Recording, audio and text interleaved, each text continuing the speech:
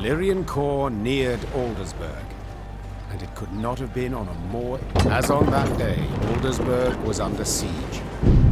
Yet this time, Eden's flags fluttered in the field, while Nilfgaard... Aha!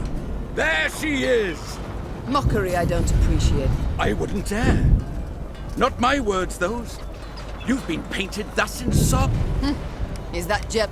To be perfectly honest, me, for I hadn't the pluck nor resolve. And when all the North...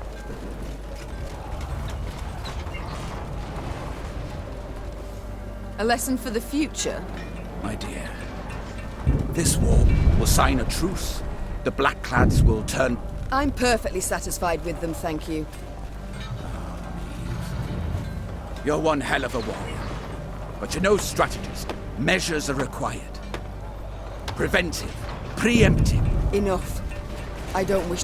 I'll help you take Aldersburg, but then I'll go... But... My scouts report a small Nilfgaardian force approaching from the... Who? I've no notion. Could be a mage. Devilishly I shall see to it. Are you sure? You've just arrived. An understatement if I ever heard one.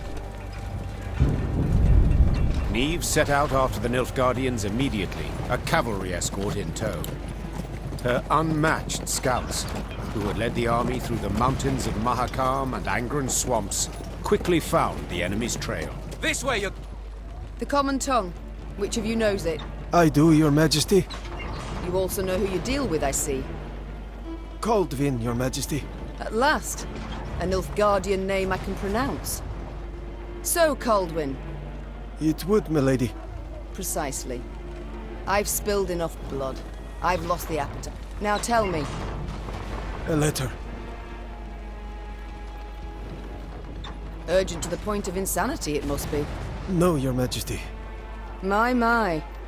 A letter from Emir himself. You must be an important person. A simple messenger, Your Majesty. Don't lie. I know messengers, how they travel. Alone, armed. For I often carry orders the recipients don't wish to perform, thus the escort. Give me the letter. I've sworn to deliver it to General Very well. My translator shall read this letter. And if I refuse? Guess. So be it. Niamh's translator cracked the seal and read. And as... Truly. And you're certain you're not Kaldwin, consider this your lucky... And that is? That when you hand him the letter, you will give... As Kaldwin and escort set off towards Aldersburg, Valyrian soldiers looked at their queen with disbelief.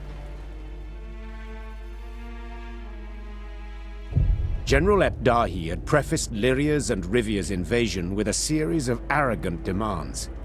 The Nilfgaardian had been impudent, as he had felt sure he'd achieve a quick and decisive victory. Yet several months on, he too received an ultimatum.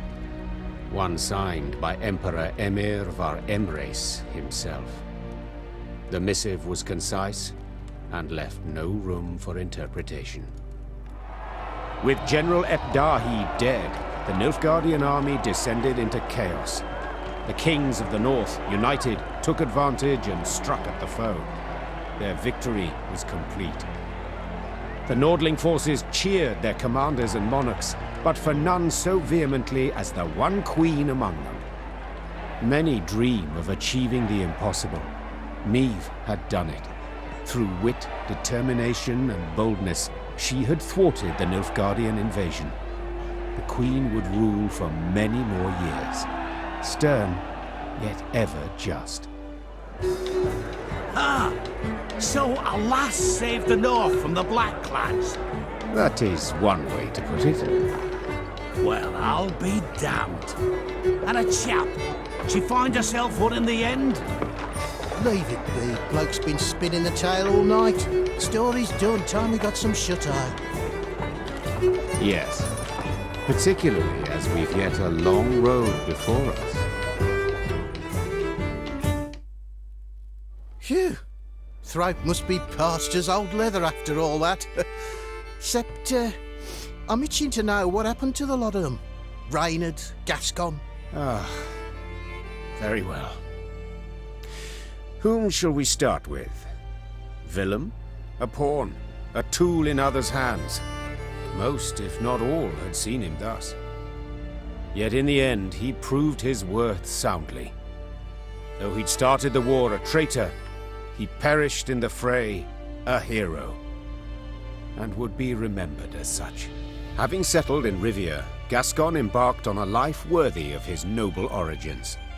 In doublet and ruff, he looked to his ample fields and livestock in daytime, attended banquets and feasts come the eve. And then one night, he grabbed his bow and quiver, saddled his favorite mount, and disappeared without a trace. As news of the Nordling victory filtered south, Nilfgaard's inhabitants greeted it with disbelief. Returning Imperial soldiers told stories of Lyria's cruel queen, who murdered prisoners and sullied sacred laws. They referred to her as Gvaeldet, the bloodthirsty one. Once the Scoia'tael had withdrawn from the northern realms, non-rebel elves and dwarves emerged from the woods. Though they returned to their homes in human communities, they lived in fear of their neighbors, aware that the next massacre would eventually come. And Meve? As I said, she ruled with an iron hand, not fist. Ever alone, ever strong, dousing dissent with commanding gestures. She was beloved, I've no doubt. Yet her subjects always breathed easier when her gaze moved on from them to someone else. And now, if you'd allow me... Course. Leave him be, lads. Let him get some rest. Till the time comes for the next tale.